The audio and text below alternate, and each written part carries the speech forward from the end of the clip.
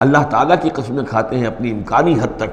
لئن امرتہم، اے نبی اگر آپ حکم دیں گے لَيَخْرُجُنَّ تو وہ لازماً نکل جائیں گے.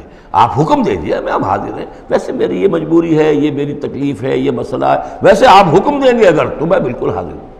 یہ آپ کو اب بھی معلوم ہوگا کہ ہماری جماعتی زندگیوں کے اندر یہ مسئلہ ہوتا ہے کہ کوئی امیر ہے، اس نے ایک بات کہی ہے، کھل کر اس نے کہہ دیا ہے کہ میں یہ چاہتا ہوں کہ معاملہ اس طرح کیا جائے.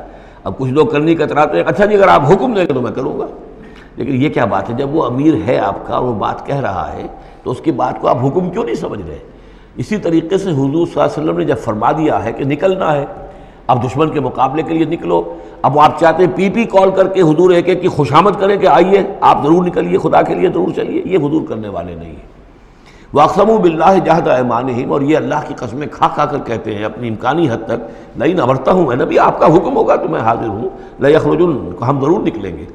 قُلْ لَا تُقْسِمُوا، اے نبی ان سے کہیے تم قسمیں مت کھاؤ، طاعۃ معروفہ، معروف طریقے پر اطاعت اختیار کرو. تم نے اعلان کیا ہے کہ تم مجھ پر ایمان لائے ہو، تم نے اعلان کیا ہے کہ تم مجھے اللہ کا رسول سمجھتے ہو، اب جو میں کہہ رہا ہوں اسے قبول کرو، اختیار کرو. یہ کیا ہے کہ میں کسی کو ایک ایک کو علیحدہ علیحدہ حکم دوں؟ ان اللہ خبیر بما تعملون، یقیناً جو کچھ تم کر رہے ہو اللہ اس سے باخبر ہے. قل اطیعوا اللہ واطیعوا الرسول، اے نبی کہہ دیجئے اطاعت کرو اللہ کی، اطاعت کرو اس کے رسول کی صلی اللہ علیہ وسلم. فإن تولوا، پھر اگر یہ پیٹھ موڑ لیں، اگر تم منہ پھیرو گے، اگر منہ موڑ لو گے، فإنما علیہ ما حمل، تو سن لو ہمارے نبی پر ذمہ داری ہے اس کام کی جو ہم نے ان پر ڈالا ہے. وعلیکم ما حملتم، اور تم سے باز پرس ہوگی اس کی جو تمہارے اوپر ڈالا گیا ہے. یعنی نبی نے جو ذمہ داری تھی اللہ کا دین تم تک پہنچایا، اللہ کے احکام پہنچا دیے، ان کا کام جو ہے اس پر ختم ہو گیا. اب اطاعت کرنا، اس کی تعمیل کرنا، اس کے حکم پر چلنا، اللہ کے دین کے لیے تن من دھن لگانا، اور یہ سارا کام تمہیں کرنا ہے. تو جو ان کی ذمہ داری ہے وہ ادا کریں گے، اور اللہ کے ہاں ان سے ان کے بارے میں سوال کر لیا جائے گا.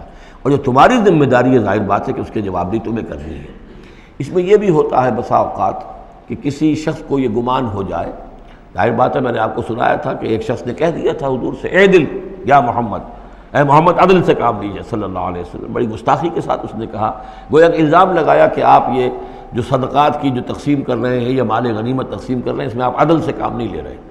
تو حضور نے بھی غصے میں جواب دیا تھا کہ انما عدل فلم یا عدل، اگر میں عدل نہیں کروں گا تو کون کرے گا.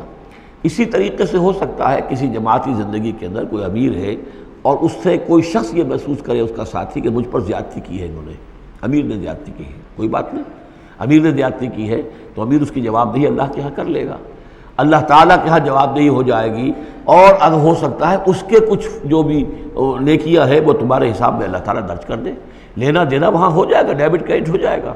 لیکن اس کا مطلب یہ ہو کہ ناراض ہو کر بیٹھ رہا ہو کہ اب اپنی ذمہ داریاں ادا نہیں ہو رہی، تو پھر تو جواب دہی تمہاری ہو جائے گی اللہ کے ہاں، ایکسپلیشن کال تمہاری ہو جائے گی کہ ناراض ہو کر بیٹھ رہے ہیں کیونکہ انہوں نے میرے ساتھ یہ کیا ہے لہذا میں بس اب کام کچھ نہیں کروں گا. یہ تو گویا کہ ایک منفی طرز عمل ہے. تمہیں جواب دہی کرنی ہے اپنے فرائض کی، اپنی ذمہ داریوں کی. تو یہ جماعتی زندگی سے متعلق بعض بہت اہم ہیں جو مباحث اس سورہ مبارکہ میں آئے ہیں، اور ان میں سے بعض ہمارا جو منتخب نصاب نمبر 2 ہے جو اس سورہ مبارکہ کی آخری آیات ہیں وہ اس کے ایک درس کی حیثیت سے اس میں شامل ہیں. جو جماعتی زندگی جو ہے جب ایک جماعت بنانی پڑے گی، اگر دین کا کام کرنا ہے تو اکیلے اکیلے تو نہیں ہو سکتا، جماعت کا نظم ہو، ایک ڈسپلن ہو، ایک حزب اللہ وجود میں آئے جو سورہ مائدہ میں ہم دیکھ آئے ہیں. فإن حزب اللہ هم الغالبون، غلبہ جو ہے تو وہ حزب اللہ کو اللہ تعالیٰ دیتا ہے. ید اللہ علی الجماعہ، جماعت کے اوپر اللہ کا ہاتھ ہے، جماعت کی کو اللہ کی نصرت اور تائید حاصل ہوتی ہے. اس جماعتی زندگی کے بعد ایسے نفسیاتی معاملات ہوتے ہیں اور اس کے اندر بعض ایسے حساس مسائل ہوتے ہیں کہ جن کے بارے میں بڑی عمدہ رہنمائی دی گئی ہے مختلف مقامات پر. قل اطیعوا اللہ واطیعوا الرسول، ان پر جو ذمہ ہے وہ ان کی اپنی ذمہ داری کا، اور جو تمہارے اوپر جو بوجھ ہے اور جو تمہاری مسئولیت ہے وہ تمہاری ذمہ داری کی. وَإِن تُطِيعُوهُ تَهْتَدُوا، اور جان لو یہ اللہ کے رسول ہیں، اگر تم ان کی اطاعت پر کاربند رہو گے تبھی تم ہدایت یافتہ ہوگے. وَمَا عَلَى الرَّسُولِ إِلَّا الْبَلَاغُ الْمُبِينُ، اور ہمارے رسول پر سوائے صاف صاف پہنچا دینے کے اور کوئی ذمہ داری نہیں ہے.